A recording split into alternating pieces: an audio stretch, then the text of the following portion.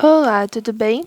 Para essa questão aqui, nós temos um cone, né? E aqui a gente vai ter um corpo que ele vai fazer esse movimento circular em torno da superfície desse cone.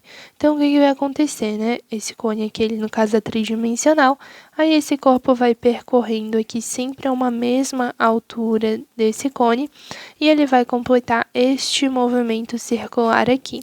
A gente tem apenas duas forças atuando sobre esse ponto aqui, que é a massa, né? Que a força é peso, que é sempre vertical para baixo, e a força normal, que é sempre perpendicular à superfície, ou seja, essa força normal vai fazer 90 graus aqui com a superfície. E apenas essas duas forças vão estar atuando neste corpo.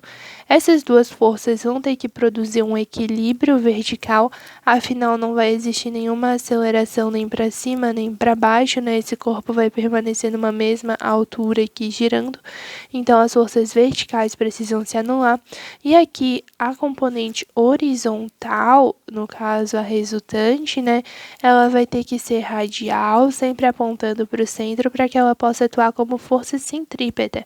Força centrípeta vai estar apontando aqui para o centro da trajetória, afinal ela vai percorrer essa trajetória circular aqui, né?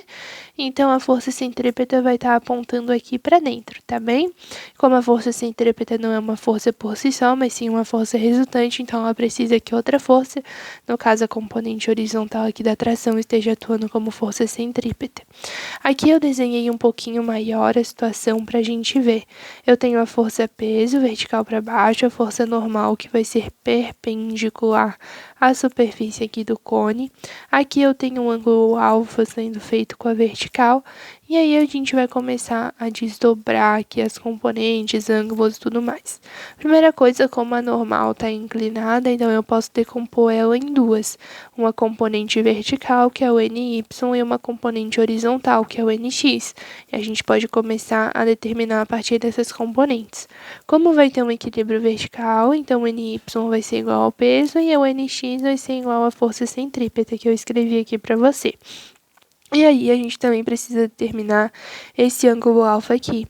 Aqui é uma reta vertical. E aqui, essa componente é completamente horizontal. Então, aqui elas vão formar 90 graus entre si. Como é um triângulo retângulo, né? A soma de todos os ângulos tem que dar 180 graus. Aqui eu já tenho 90 graus. Então, alfa, daí eu vou ter mais um ângulo aqui, né, que vai ser 90 menos alfa, porque a soma desses dois ângulos aqui precisa dar 90 graus. Aí o normal ela vai fazer 90 graus com a superfície, ou seja, esse ângulo total aqui tem que ser de 90 graus. Então eu tenho que achar o ângulo que somado com esse dê 90, que é o ângulo alfa. Então aqui eu tenho alfa, e aí eu posso começar a decompor, né? Que eu vou ter aqui, ó, o triângulozinho. A normal, que é a força total, NX, NY, que eu juntei aqui para fazer a soma vetorial, e entre o N e o NX eu vou ter o ângulo alfa, que tá aqui. Aí eu começo a fazer seno é cateto oposto sobre hipotenusa.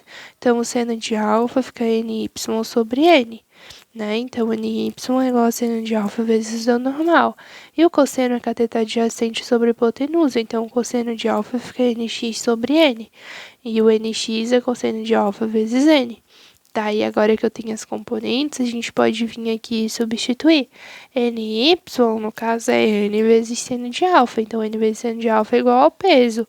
E aqui, NX é igual a força centrípeta. NX é N vezes cosseno. Então, N vezes cosseno é força centrípeta.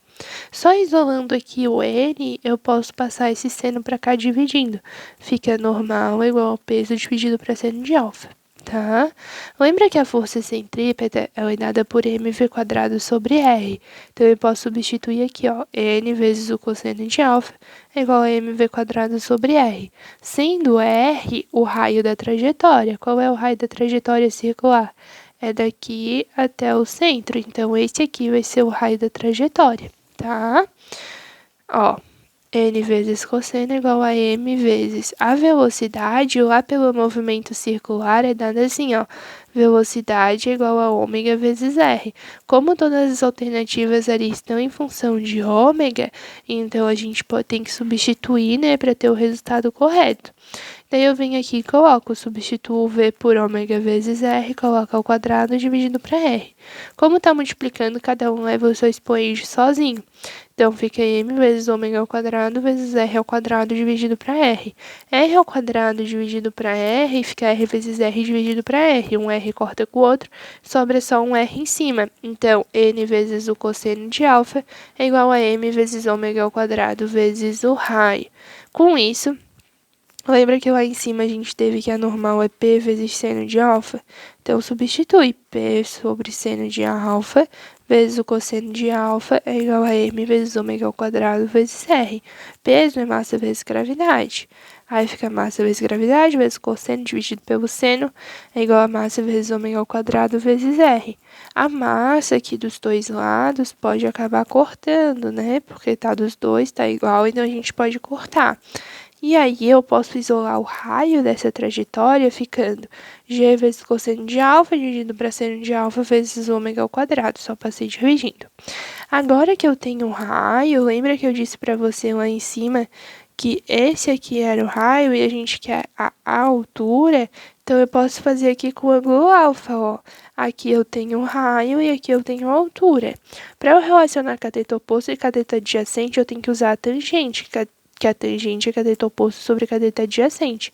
Então, tangente de alfa é igual a R sobre H. Aí, eu posso aqui, né, isolar o H, já que é o que a gente quer descobrir. O H é igual a R dividido para tangente de alfa. O R eu já descobri aqui, eu só peguei e substituí. G vezes cosseno de alfa dividido para seno de alfa vezes ômega ao quadrado dividido para tangente. A tangente é igual a seno de alfa sobre cosseno de alfa. Quando você faz aqui, né, a multiplicação inversa para ser a divisão, então você vai inverter, o cosseno de alfa fica em cima, o seno de alfa fica embaixo e multiplica. Aí fica assim, ó, a altura é igual a g vezes cosseno de alfa vezes o cosseno de alfa, dividido para seno de alfa vezes ômega ao quadrado vezes seno de alfa. Cosseno vezes cosseno fica cosseno ao quadrado. Seno vezes seno fica seno ao quadrado. Isso aqui continua. Cosseno sobre seno é cotangente, tá? Seno sobre cosseno é tangente. Cosseno sobre seno é cotangente. Então, cosseno ao quadrado sobre seno ao quadrado, pela propriedade lá da potenciação, né? A gente pode juntar cosseno sobre seno, isso tudo ao quadrado, como cosseno sobre seno é cotangente, então a gente tem que a altura é g vezes cotangente ao quadrado de alfa dividido para ômega ao quadrado, e assim a gente acha a resposta correta.